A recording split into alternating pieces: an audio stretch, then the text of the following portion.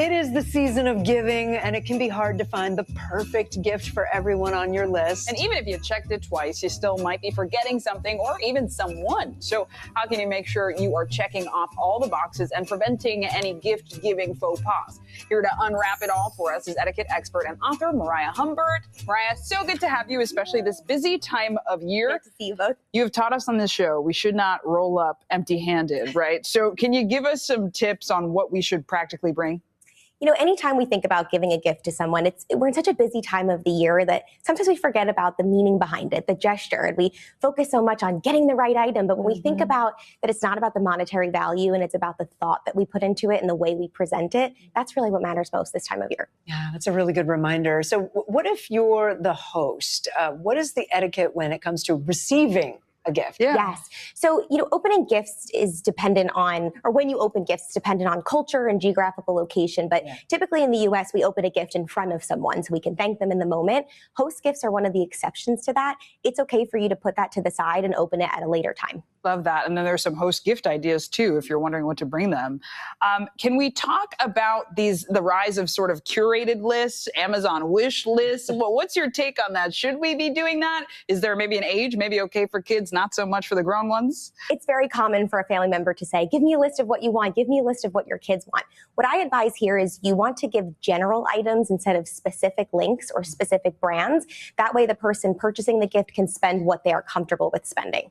Controversial question. Is it ever okay to re-gift? So you get something Christmas Day and you're like, save it and give it to somebody else. So I'm going to say yes, but there are a few ways that you want to do it tactfully. First and foremost, it needs to be completely unused in its original packaging. Secondly, we need to consider who gave you this gift. Is this someone who's going to come to your home again and bring it up or ask to see it? And maybe put a note on it so you remember. Exactly. Good point, Kate.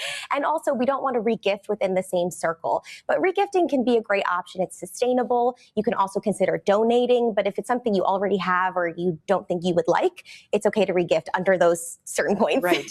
Okay, and we're talking a lot about gifting family and friends, but even in offices, sometimes exchanges happen. How do we keep that professional? We want to make sure we understand the protocol of our individual office. Is exchanging gifts even allowed at your office? Is there a budget that you have to respect? And then within that, you want to make sure you're giving gifts that are not too personal, lighthearted, something that that person might enjoy, but just keep it really simple. Yeah, we do a nice Secret Santa on our team. And it is a little personal because people know, like, oh, I know you're into this, so I gave you this. Which is, to your first point today, very helpful, right? Yes. It shows you care. Kate knew I needed ornaments, and she got me a Oh, yeah. There you go. A yellow taxi, because I love New York. I love that. I was not fishing for that, but but yeah. Okay, some people might not know how to react if they get a gift, but they didn't have anything ready in return. Yes. What do you do? If somebody shows up and gives you something and you don't have anything. We are so quick to put the focus on, oh my goodness, I'm so sorry I don't have something in return, or we go with that white lie, oh, yours is on the way, or something like that. But in that case, we're taking away from the moment, from the gesture, from the gratitude. So instead, we want to put the focus completely on the gift giver and stay in that gratitude moment, say thank you, and don't even bring up the fact that you don't have something for them in return. I love that. Okay, asking for a friend, you start seeing someone new over the holidays, and you're like, do I get a gift? Is it too soon? I'm making Kate laugh. I'm just, what do you recommend? Again, it's about the gesture. You can openly discuss and say, should we exchange gifts this year? Or buy them something small, not too personal. You can kind of think about the same guidelines as work. Or you can also consider an experience. Maybe it's something that you'd want to do together as an experience in the form of a gift. Sure.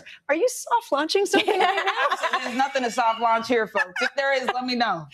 Let me know. I'm honored to be a part of it. Right? Mariah Humbert, thank you so much. You're always keeping us respectful. Thank you. Okay, up next, millions of Americans are heading home for the holidays. How families can make the most of their time together ahead on Daily.